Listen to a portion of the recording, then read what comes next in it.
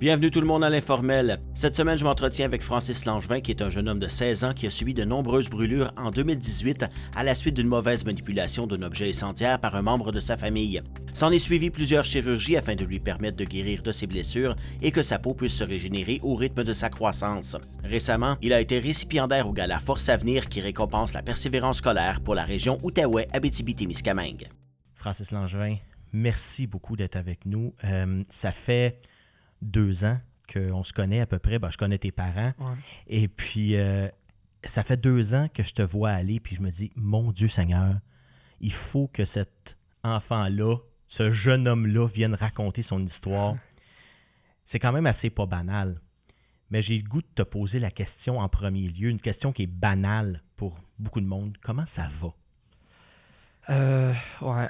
Ça paraît comme une question banale, mais il y a comme beaucoup de détails à dire.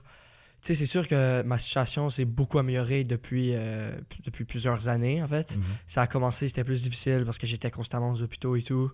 Tu sais, j'ai eu l'accident, ça allait un petit peu plus mal, mais plus ça avançait, plus on voyait l'amélioration de mes greffes, puis de mon moral aussi, parce qu'il y a eu un moral qui est important dedans. Mm-hmm. Puis quand on est sorti des hôpitaux puis tout, puis que j'ai pu retourner à une routine un petit peu plus normale parce que j'allais à l'école, c'est sûr que ça allait mieux parce que ça faisait plusieurs mois que j'étais dans les hôpitaux. J'arrivais pas à vraiment avoir une routine normale. Mm-hmm. Puis là, ben justement, ça va beaucoup mieux parce que j'ai pas mal retrouvé une routine que j'avais avant mon accident. C'est juste, le seul truc qui change, c'est que j'ai des brûlures, puis des fois, j'ai des massages thérapeutiques à faire pour des greffes, des fois, j'ai des chirurgies.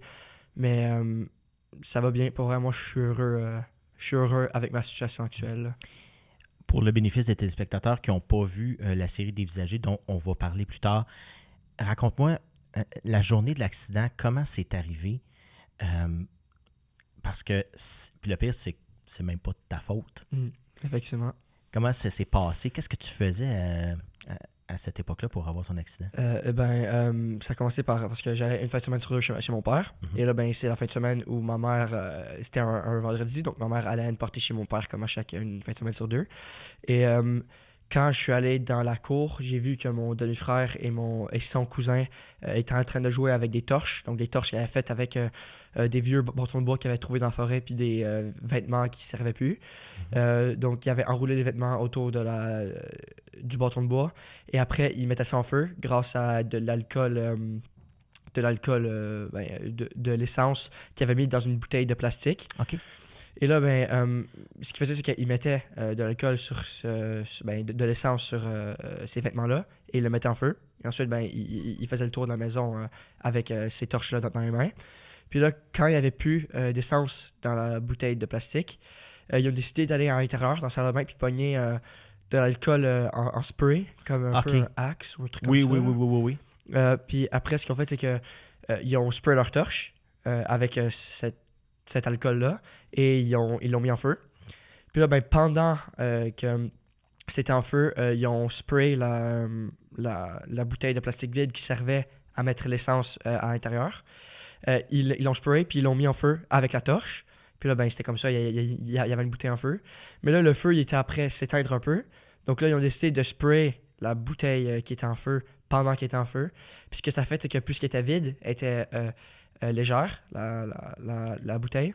Et alors, elle a comme revolé sur moi à ce moment-là. Puis puisqu'il y avait beaucoup d'alcool, il restait un petit peu d'alcool à l'intérieur, mais genre des gouttes d'essence, plus d'alcool à friction dessus. Quand ça a fait l'impact sur moi, ça a fait genre, on pourrait appeler ça une genre de mini-explosion, mais c'était pas vraiment une explosion, mais ça a splashé un peu sur moi. Donc ça l'a, parce que je portais un kangourou, un polar, un genre de grosse veste à ce moment-là, parce qu'il faisait froid dehors. Alors ce que ça fait, c'est que c'est ça qui a pris en feu en premier. Là, j'ai commencé à courir, puis j'ai voulu dézipper, parce que c'était un zip. Donc, je me suis dit que si je dézippais ça, l'enlever, c'est ça. Donc, si je l'enlevais, je serais pas en feu, puis ça me sauverait. Mais, je paniquais, puis quand j'essayais de l'enlever, j'arrivais pas à trouver le zip. Puis, puisque c'est en métal, c'était extrêmement brûlant, parce que c'était en feu. Bien évidemment. J'arrivais pas à le trouver, puis le dézipper. Alors, ce que j'ai fait, c'est que j'ai couru un peu, puis je me suis roulé à terre 2 ou 3 fois. Le réflexe qu'on a, justement, Ouais, c'est le réflexe, genre, tu sais, on nous apprend ça depuis le primaire, quand les pompiers, des fois, quand ils venaient, ils disaient roulez-vous à terre, quand t'es dans une situation comme ça. Ouais, pour étouffer le feu, c'est ça. J'ai fait ça, puis ça n'a pas nécessairement fonctionné. Puis là, c'est là que mon père, qui revenait du dépanneur, il a entendu des cris dehors. Il a décidé de sortir dehors pour voir ce qui se passait. Puis là, il a vu que j'étais en feu. Il a tout de suite sauté du balcon. Il a premièrement sauté sur moi et il a fait ça. Genre, il m'a comme enroulé pour essayer d'éteindre le feu. C'est ça, faire une couverture pour essayer d'éteindre le feu. Ça n'a pas fonctionné. Il a essayé de taper un peu pour essayer d'enlever le feu. Ça ne fonctionnait pas. Puis là, par chance, il n'a pas pris en feu quand il a essayé de faire ça. Là. Il aurait pu vraiment... Il aurait vraiment pu, là, vraiment, ses vêtements, il aurait pu prendre en feu. Surtout que j'avais un petit peu d'alcool sur moi encore. Puis du coup, ben, on a fait un camping là-bas. On avait mis des tentes, puis on avait dormi dehors il y a environ 2 semaines de ça. OK. Donc, il restait encore des tentes. C'est ça. Il restait encore des tentes, puis des couvertures à l'intérieur et tout. Donc là, ben, c'est ça qui m'a sauvé parce qu'il a demandé à mon demi-frère, à mon beau-frère, de lui lancer une couverture. Donc là, c'est ça qu'il a fait. Il a pris la couverture, puis il m'a enroulé avec. Puis après, pendant que ça roulait, il a essayé de tapoter un peu pour essayer d'éteindre le feu. Ça a fonctionné. Le feu, il n'y avait plus d'oxygène, donc il a nécessairement éteint. OK. Puis là, après, il a enlevé la couverte. Je me suis tout de suite levé. On est allé à l'intérieur. Mon père il a appelé le 911 pour les urgences. Puis là, ben, c'est là que les pompiers volontaires ils sont arrivés en premier parce que le père de l'ami de mon frère, c'est un pompier. Puis il habitait très proche. Donc là, ben, lui, il est arrivé en premier. Il a fait ce qu'il fallait, les procédures. Ensuite, il y a d'autres pompiers qui sont arrivés de la caserne à Val-des-Monts. Ensuite, c'est les ambulanciers qui sont arrivés. Puis là, il y a l'ambulance qui est arrivée. Et là, ben, je suis parti avec l'ambulance pour aller à l'hôpital de Gatineau parce que c'était l'hôpital la plus proche. Puis quand je suis arrivé là-bas, ils ont dit qu'il était pas assez qualifié pour s'occuper de quelqu'un qui avait brûlé comme ça. Donc, ils ont dit qu'il fallait soit aller à Montréal, soit aller à Toronto. Que ma mère a choisi d'aller à Montréal. Ben, parce que c'est plus proche aussi. C'est plus proche, c'est logique. Là. Puis après, c'est blackout total. Je me rappelle plus de rien jusqu'à ce que je me réveille de mon anesthésie. Combien de jours plus tard? Je suis resté... Oh ouais, c'est longtemps. Je suis resté comme 1 semaine aux soins intensifs avant d'aller en anesthésie. C'est assez flou un peu, là. Mais je crois que ça rôde autour de comme 2 semaines environ. Parce que j'ai été dans le coma pendant 13 jours. Puis il y avait certains jours avant que je me rappelle pas. Donc je dirais que c'est autour de comme 2 semaines, peut-être 2 semaines et demie, là. Mais des fois, j'ai des petits souvenirs qui reviennent, comme, tu sais, c'est comme des petits flashbacks, là, des petits flashbacks qui reviennent de trucs qui s'est passé que je me rappelais plus, comme. Ça arrive des fois de temps en temps, là, puis c'est ça. Mais sinon, généralement, genre, c'est blackout jusqu'à ce que pas mal je me réveille du coma de 14 jours, là, parce que ils m'ont endormi pour pouvoir faire les chirurgies. Il y avait des grosses chirurgies à faire, là.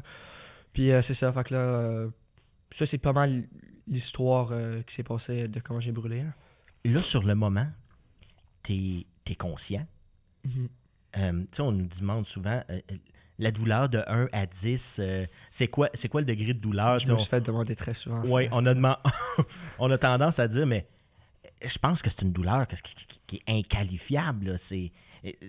Même si tu dirais 22, c'est ça qu'on parlait avec le réalisateur Jérôme, c'est impossible à calculer.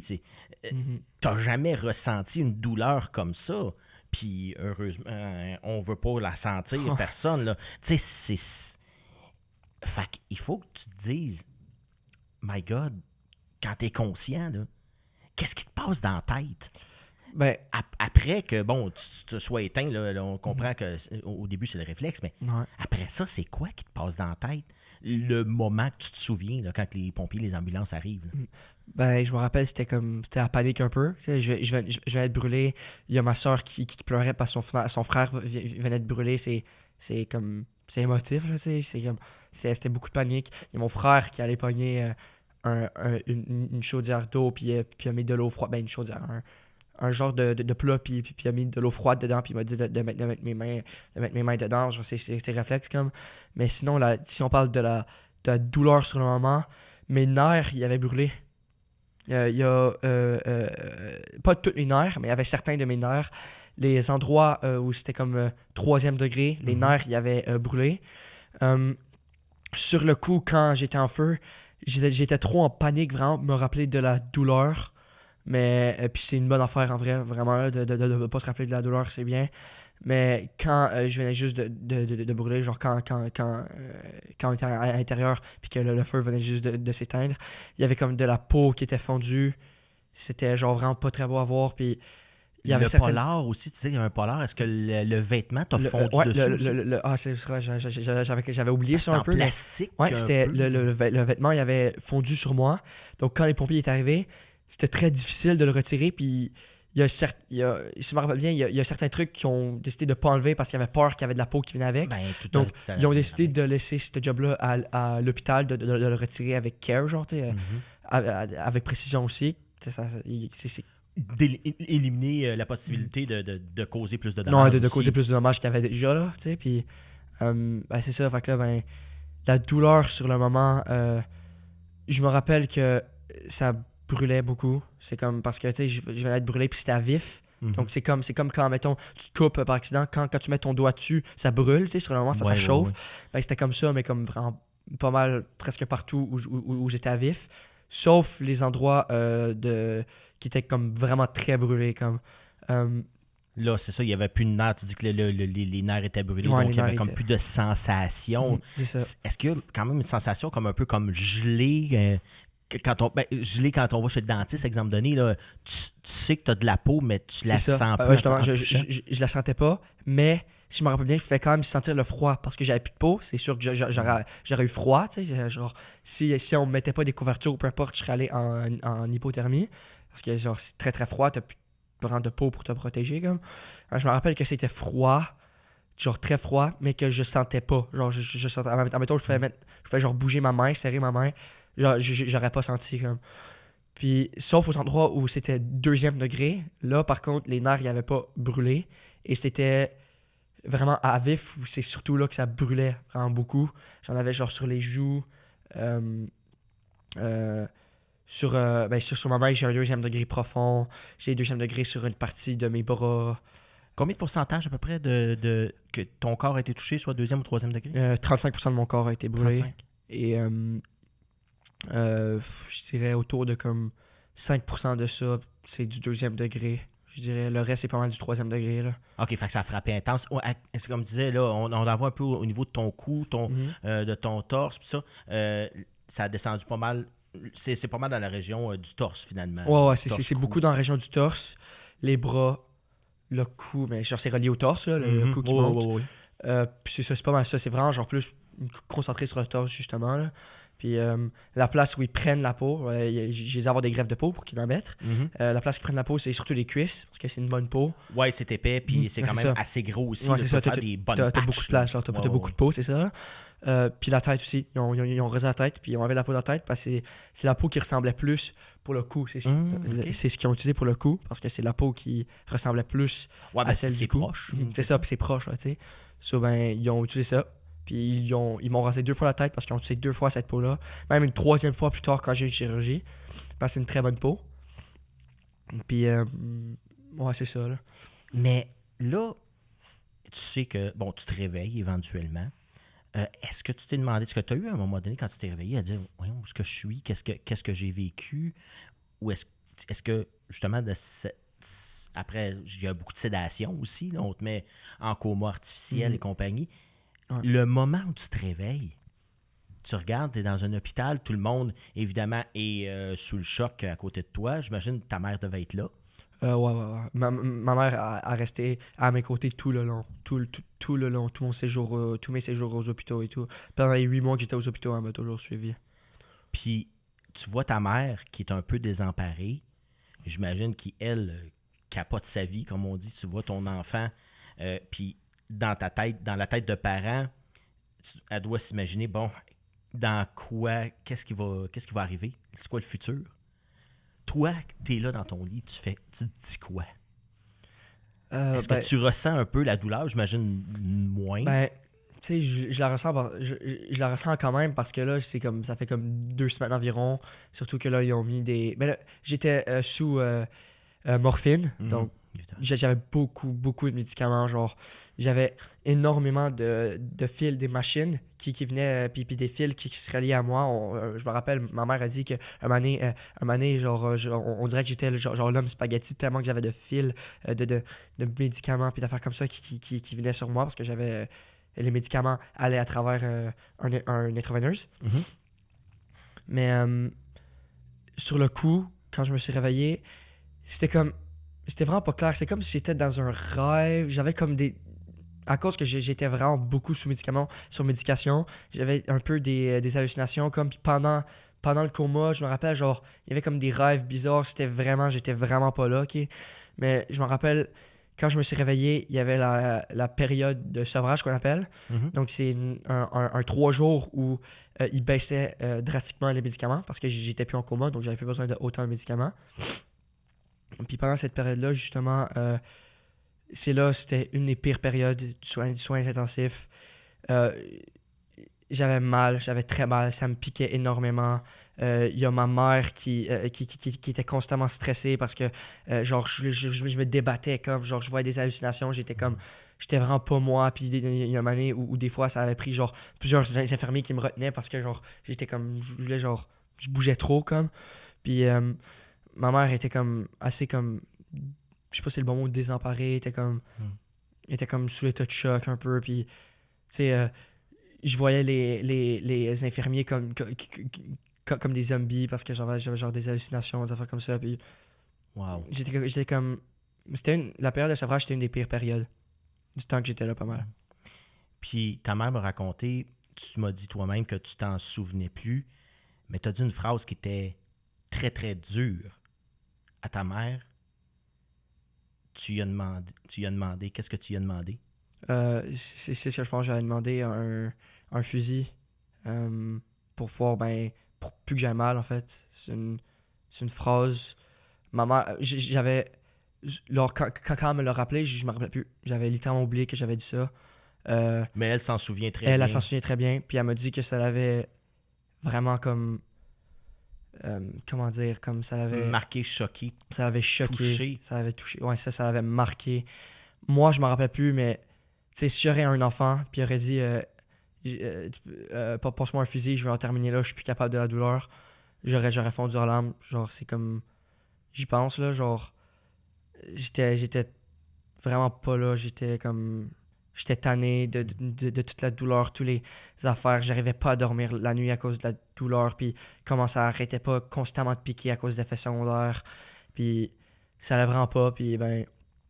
C'est pour ça que je suis content que j'ai réussi à m'en sortir, puis que j'ai réussi à comme persévérer. Et je suis sorti de ce moment-là de ma vie qui était pas rose vraiment là. Puis je vois ma mère maintenant qui est contente parce que je fais des efforts, ça va bien, les greffes sont rendues belles, on a des chirurgies qui améliorent comment je vais. Puis j'ai réussi vraiment à retrouver une vie comme que j'avais avant. Là, on voit ça que, bon, moi je te vois aller, puis ça va bien aujourd'hui, mais après quelques mois, bon, on t'a vu dans un reportage, série documentaire à Canal Vie qui s'appelle Dévisager. De un, bon, c'était pas tellement longtemps après, ça a passé en 2019. Ouais. Ça fait pas tellement longtemps après ton accident. Tu étais encore dans les traitements, mais juste avant, je veux te demander, quand est-ce que tu as pris conscience que ma vie vient de changer? Ou les prochaines années vont changer? C'est sûr que ça ne doit pas être après, là, mais... Mais genre, quand j'ai pris conscience que ma vie allait plus être vraiment... Ben, je croyais que ma vie allait plus vraiment être comme avant. Tu sais, sur l'accident, comme... Attends, c'était quoi, désolé? Ben, c'est que je te demandais, quand est-ce que tu as pris conscience, justement, que ta vie allait changer, que c'était plus pareil? Est-ce que c'est ouais. genre en te réveillant après ton coma ou plus tard? Ou vraiment tout prendre l'ampleur de ce que ça allait représenter, là, de la guérison? Ouais, disons que quand j'étais aux soins intensifs, j'avais pas vraiment le temps de penser à ça. Quoique c'est plus. Je dirais que c'est vers la dernière semaine des soins intensifs. J'avais passé la période de sevrage, ça allait mieux. Il y avait beaucoup baissé les médicaments. J'étais plus là, ma tête était plus là. Puis je me suis rendu compte de tous les soins que j'avais, tout ce que j'avais besoin, de toute la physiothérapie, l'ergothérapie, tout ce que j'avais. C'est pas mal là que je me suis rendu compte que j'allais pas m'en sortir du jour au lendemain. Il aurait fallu que je fasse des efforts. Puis je savais que j'aurais eu beaucoup de chirurgie parce que ma mère me l'avait dit, que j'allais avoir plusieurs chirurgies et que le soleil va être dangereux pour mes brûlures pour le reste de ma vie. Et que elle me dit que il y a beaucoup de trucs qui vont changer, mais que avec la persévérance, je serais capable de retrouver pas mal la vie que j'avais avant. Puis c'est pas mal ça que j'ai. Maintenant, vraiment, c'est pas... à part le fait que j'aille des chirurgies des fois, comme... c'est pas mal ce que j'avais avant. Là. Je m'en vais à l'école. Des fois, j'oublie j'ai des brûlures. Comme si je suis quelqu'un genre qui a jamais eu ça. Comme j'essaye. J'ai l'impression que c'est mon corps qui essaye genre, d'oublier ça un peu pour essayer d'avoir genre une vie un peu plus normale. Mais pour vrai, ça va beaucoup mieux. Puis Puis tu as voulu en parler aussi, comme on disait, la série dévisagée. Comment c'est arrivé dans ta vie, ça? Comment tu as su, qu'ils cherchaient des gens pour témoigner? Est-ce que c'est à l'hôpital, dans les associations Grand Brûlé et compagnie? c'est ma mère qui s'est fait approcher par Pixcom. C'est la société qui a ouais, fait... c'est la société qui a fait ça. C'est ma mère qui avait été approchée. Puis elle avait dit que... Pixcom lui avait dit que il faisait une émission pour comme sujet les Grands Brûlés. Il y avait d'autres Grands Brûlés sur l'émission. Puis il avait tombé sur mon histoire et il avait dit que il voulait que je participe dans cette émission-là. Comme d'habitude, ma mère elle me demandait si je voulais participer dans cette émission-là. Puis j'avais dit si je peux faire passer un message de montrer c'est quoi que ça fait le feu. Il faut faire attention avec le feu. Tu sais, je vais le faire. Puis en plus, ça va me permettre de rencontrer d'autres grands brûlés puis de connaître leur histoire puis de pouvoir parler avec d'autres grands brûlés. Ça va faire du bien. Là. Tu vas te sentir plus compris. Combien de mois après? Quelques mois, je pense? 4-5? Ouais, je crois que c'était quelques mois après que je sois revenu du centre de réadaptation. En fait, je crois qu'il en avait parlé quand on était au centre de réadaptation, mais ça avait pris un moment avant que genre il commence à tourner. Puis il était venu pour la première fois, je les avais rencontrés pour la première fois quand on était à notre maison, à la maison qu'on est actuellement. Il était venu pour interviewer moi, mon frère, ma soeur, ma mère, puis mon beau-père. Il était venu pour interviewer ma famille en gros. Là. Ensuite, il était revenu à un moment donné. C'était pas mal ça. Je crois que c'était comme... je me rappelle plus complètement du mois, mais c'était comme un peu après que je sois revenu du centre de réadaptation. Pas mal. Donc, là, ils ont interviewé tout le monde, toute ta famille. Puis, quand est-ce que tu as pris conscience? Est-ce que c'est justement là que tu as pris conscience que la famille aussi, oui, ça t'arrive à toi, mais ça a un impact général sur ta famille au complet. Quand est-ce que tu as pris cette conscience-là de dire, hey, mes frères, mes sœurs devront sacrifier quelques petites affaires pour que moi, je puisse aller mieux? Sacrifier quelques exemple donné, du temps. Du temps avec ta mère et compagnie, parce que ta mère devait consacrer aussi des voyages aussi pour aller à Montréal. Les traitements, on le sait, sont tous à Montréal. Ouais, c'est sûr que mon frère et ma soeur l'ont vraiment pas eu facile non plus. Quand ma mère était avec moi 100% du temps, alors eux autres, sont restés genre une semaine chez notre ancien beau-père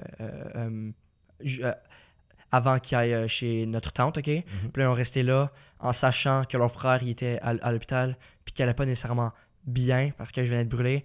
Il était comme stressé, puis mon frère m'a dit que c'était une ambiance vraiment silencieuse, comme c'était comme genre il y a pas grand monde qui parlait, pas grand monde, jusqu'à ce qu'ils aillent chez leur tante. Donc là, c'est là qu'ils ont commencé à c'est la famille, c'est leur tante, c'est la famille, leur tante puis leur oncle. Là. Ils ont commencé à parler avec leurs cousins cousines, puis ils ont repris une routine normale, un peu, ils sont allés à l'école et tout. Mais c'est sûr que des fois, ils venaient me visiter, puis j'aimais ça vraiment quand ils venaient me visiter, puis tout. Mais tu sais, c'est pas parce que c'est moi qui a brûlé que eux autres, ils ont rien vécu, non. Genre, ça a été difficile pour eux autres aussi, genre, vraiment psychologiquement, ça se dit, ouais. Psychologiquement, tu sais, c'est comme, c'est plus eux autres qui seraient capables de dire, moi, genre, j'ai comme,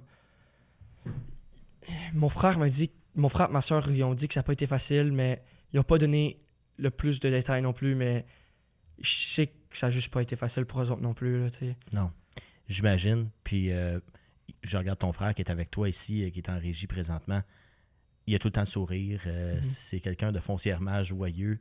Puis il a pas l'air... On peut pas en vouloir, mais toi, est-ce qu'à un moment donné, tu as senti un genre de un petit sentiment de culpabilité du genre...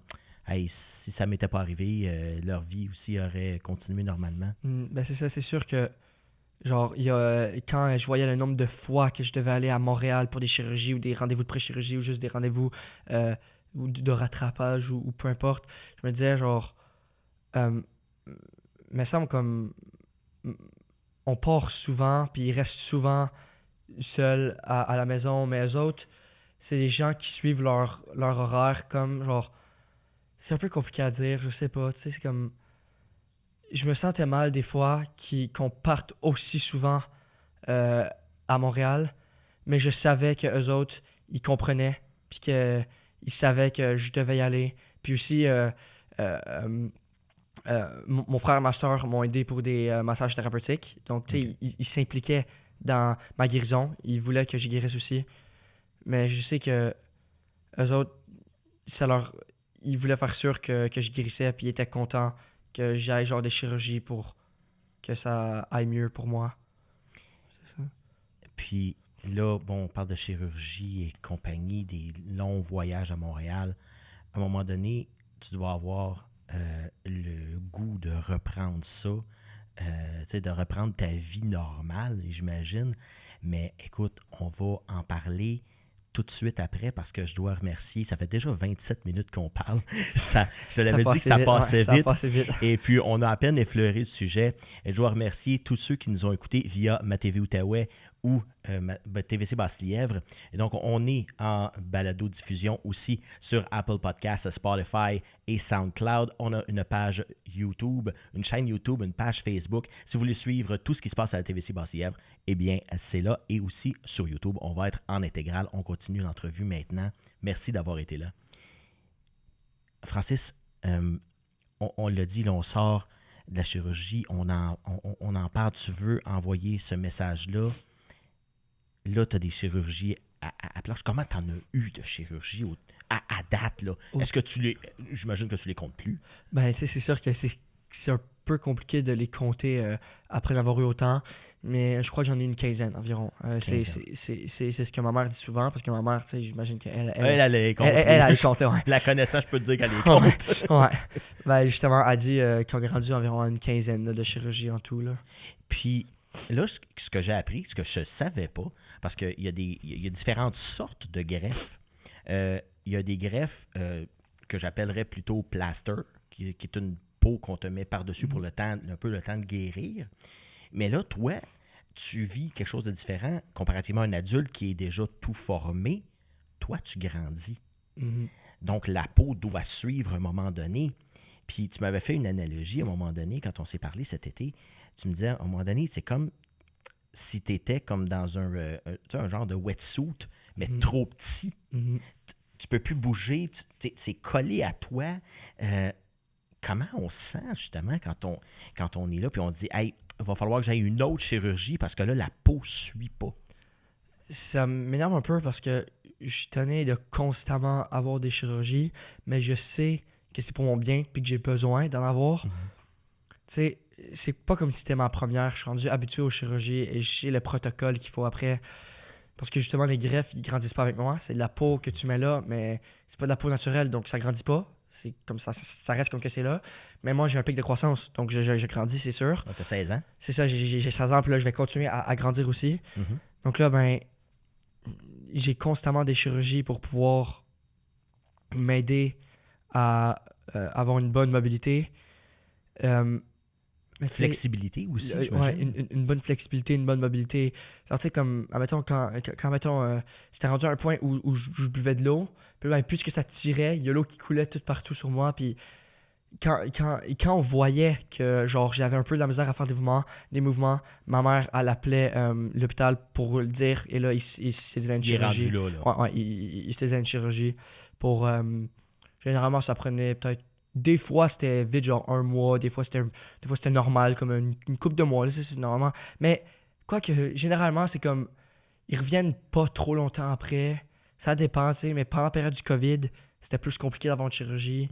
Évidemment. Mais, bon, justement, j'en ai eu une récemment là, pour pouvoir bouger mon cou plus facilement. OK. Puis, ça a fonctionné. Donc là, je suis quand même content. Puis, on va probablement en avoir un autre de l'autre bord. Tu sais, ça continue jusqu'à ce que mon pic de croissance va arrêter pas mal. Ouais. Puis là, j'ai aussi vu que tu avais eu des greffes qui grandissent avec toi. Aussi, il y a eu une autre chose à un moment donné, une autre chirurgie que tu as eue. Je pense que c'est l'année passée. Ça a été quand même assez difficile parce que, bon, il y a eu une nécrose aussi à un moment donné. Comment tu as vécu ça, justement? Tu dis, OK, on essaye une nouvelle chirurgie qui va potentiellement m'aider, mais ça marche pas. Est-ce que tu as eu un peu peur de dire, hey, il faut encore que je fasse une autre chirurgie pour réparer la chirurgie qui n'a pas marché? J'étais déçu un peu parce que c'était pas comme une greffe normale. C'était une chirurgie qui prenait plus de temps, qui était meilleure. On avait fait une ici avant, ben, de l'autre côté, puis elle avait fonctionné. Donc là, on était comme, ben, c'est parfait. Si on le fait de l'autre côté, je vais avoir une super bonne mobilité. J'étais content. Je me disais que, parce que ça, c'est une chirurgie différente. Au lieu de juste prendre une couche de peau, ils prennent du gras avec. On peut dire genre un genre de chunk de peau, OK? Ils prennent pratiquement jusqu'à l'os. Ouais, presque. Genre, c'est comme, ils prennent même la couche de peau plus du gras. Donc là, ben, ce que ça fait, c'est que ça grandit avec. C'est pas comme une greffe de peau normale, c'est que quand tu grandis, ça grandit avec toi. Et, ça s'intègre à ton corps, finalement. Ouais, c'est ça. Puis là, ben, ils l'ont mis de l'autre côté, de l'autre côté, donc du côté droit. Au début, ça allait bien. Il y avait une circulation sanguine et tout. Et là, on a remarqué que la greffe devenait de plus en plus foncée. Parce que, ben, j'appelle ça une greffe, mais genre, c'est un...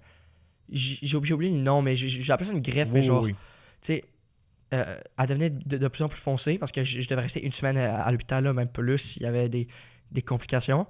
La greffe, elle devenait de plus en plus foncée, puis plus on avançait, et moins on entendait la circulation sanguine à l'intérieur. Ils utilisaient une genre de machine pour pouvoir entendre la circulation sanguine. On l'entendait presque plus à la fin, puis c'était devenu très foncé. Mais là, ils se sont dit, ils m'ont envoyé chez nous. Puis là, peut-être une semaine après que je suis arrivé chez nous, c'était devenu complètement genre mauve. Mauve pratiquement noir. Ouais, mauve noir. Et 1 ou 2 journées après, c'était devenu dur comme de la roche. C'était devenu tout dur, là, vraiment. Genre, c'était comme... Comme si la peau était morte, un peu, un genre de rigidité cadavérique, mais ciblée. Elle était morte, la peau. Mon corps l'avait rejeté. Non. En fait, c'est que il y avait comme un vaisseau sanguin qui avait comme... Je crois que c'était peut-être avec un mouvement ou un truc comme ça, il y avait un vaisseau sanguin qui avait comme mal fonctionné et la circulation sanguine ne se faisait pas assez bien. Et ben ce que ça fait, c'est qu'il y avait plus de sang. Donc ben ça juste... La peau est morte, finalement. La peau est morte. Et j'étais assez déçu. Ma mère aussi, parce que c'est pas comme une petite greffe de peau où tu peux la reprendre même à la même endroit. T'sais. Non, c'est un chunk de peau et de gras. Et ils doivent pogner dans le muscle un peu aussi. Donc, ça fait plus mal. Et ça a laissé une grosse cicatrice sur le côté de mon corps. Ça m'a enlevé... ça a créé des endroits où j'ai plus de sensation. Je sens plus rien. Mes nerfs, ils ont... Il n'y a plus de nerfs, finalement. Les nerfs, ils ont comme coupé un peu. Donc, ben, je sens plus rien. Donc, tu sais, c'est comme... Ça laisse des marques. C'est ça. Ça laisse des marques. Puis ça servit presque à rien parce que ça a nécrosé.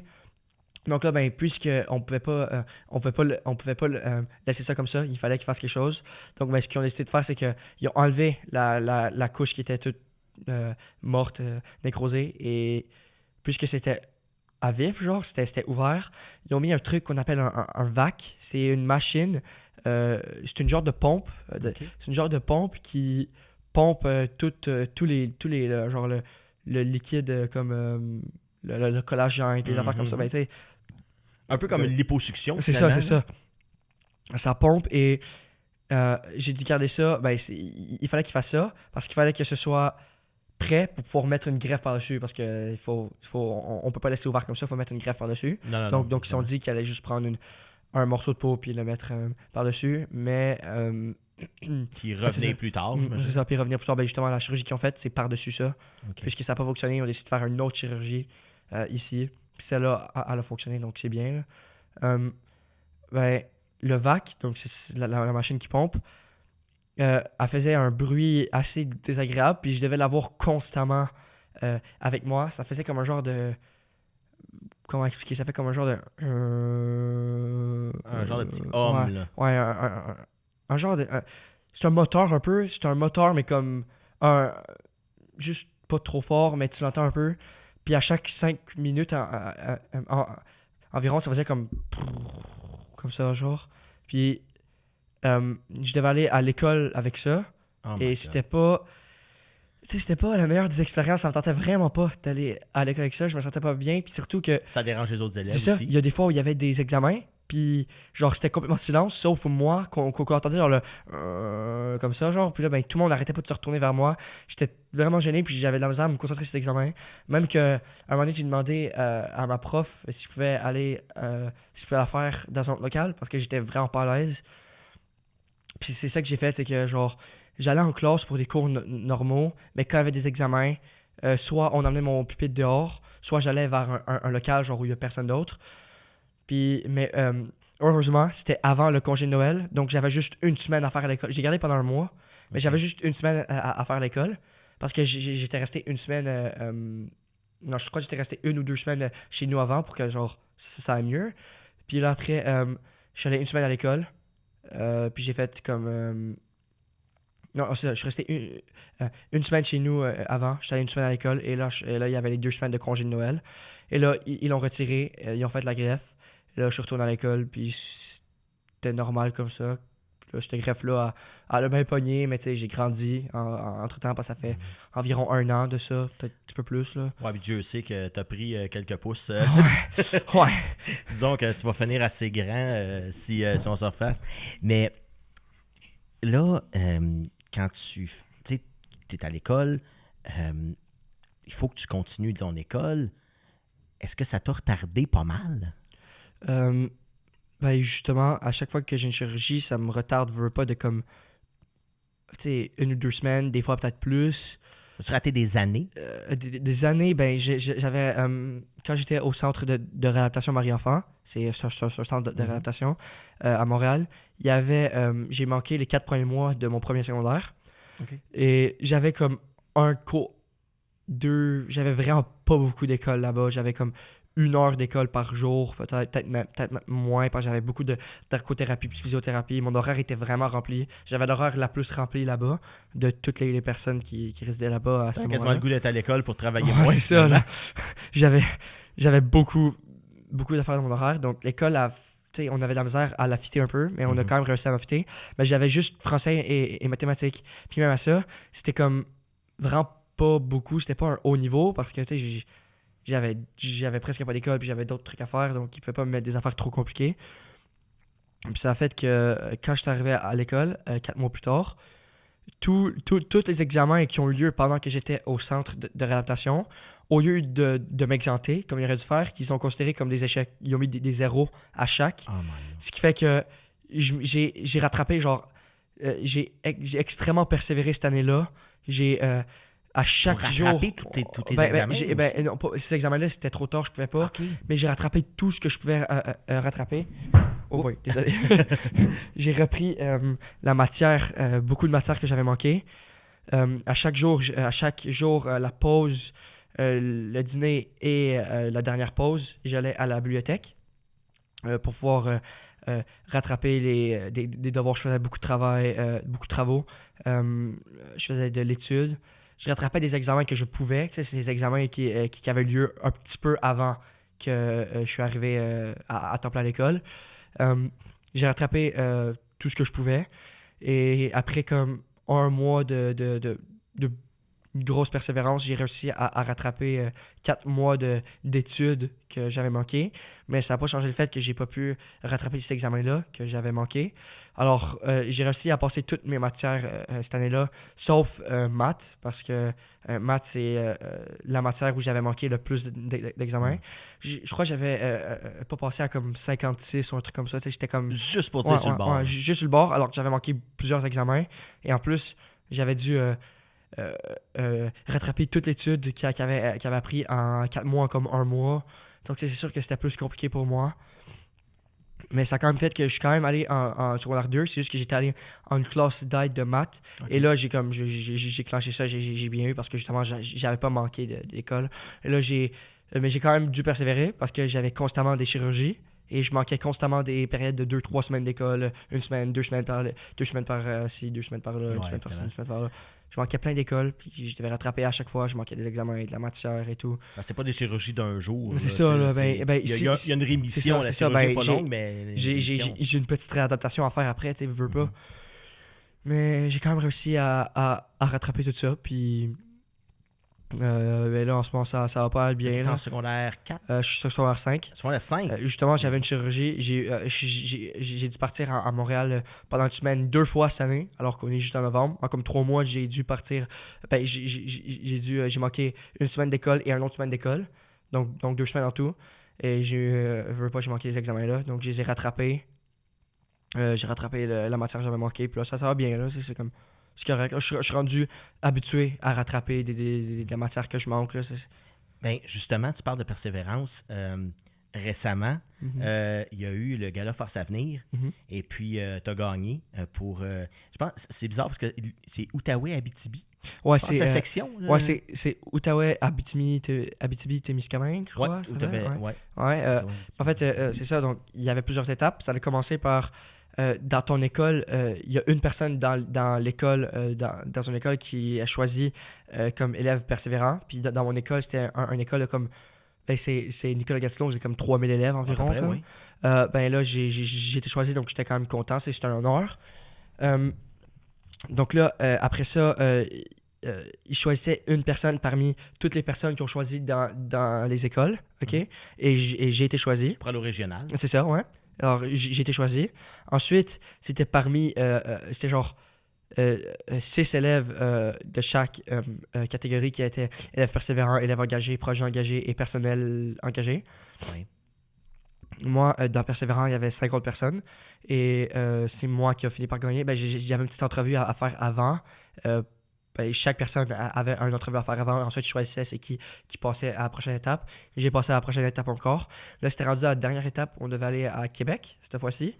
Et c'était le gala, c'était le jour du gala. C'était en octobre, le 12 octobre, je crois, le 7 octobre, Ouais, il me semble que c'était juste un petit peu passé. Là. On est autour du 12 novembre. Ça fait peut-être un mois. Ouais, ça fait environ un mois, tu sais. Puis là, il y avait 3 autres...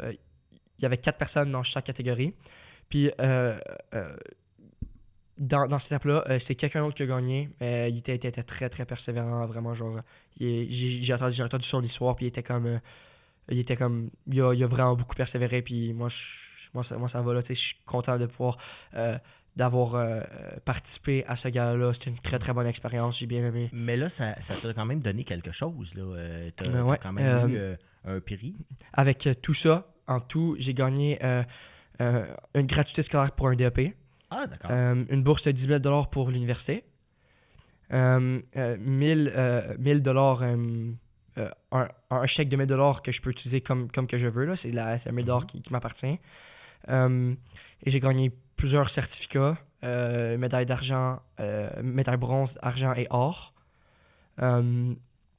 Et c'est ça, j'ai gagné beaucoup d'affaires. J'ai aussi gagné le fait de pouvoir aller au gala et d'avoir une bonne expérience là-bas. Là. J'ai bien aimé y aller. Puis en plus, c'est à Québec, tu sais, donc... Ça fait une petite sortie. Ouais, c'est ça. Ça fait une petite sortie. Puis, autre que Montréal, autre que les hôpitaux. Autre que les hôpitaux, c'est sûr, ça fait du bien. Donc là, tu te ramasses là, on nomme ton nom, tout ça. J'imagine que ça doit être quand même c'est une fierté. Tu te dis, hey, malgré tout, j'ai réussi, Mhm. puis les efforts sont pas vains. Tu sais, tu te dis, puis c'est comme je disais à Jérôme tantôt, j'ai dit, j'utilise pas beaucoup ce mot-là dans la vie, mais Francis, je peux te le dire, puis je vais le dire publiquement, t'es un de mes héros. Parce qu'un héros, pour moi, ça porte pas de cap et de collant. Un héros, c'est quelqu'un qui a su, malgré l'adversité, vaincre, puis devenir une meilleure personne. Puis, honnêtement, je dois te le dire, je te regarde aller, puis je t'ai dit cet été, quand on parlait, puis je t'ai dit, à un moment donné, tu dois avoir vécu des choses, parce que je regardais ta maturité, puis comment puis tu dois avoir vécu des choses qu'un jeune de 16 ans n'a pas vécu. Puis ce que tu m'as répondu m'a vraiment tiqué. J'ai fait comme... Tu m'avais dit, ben oui, j'ai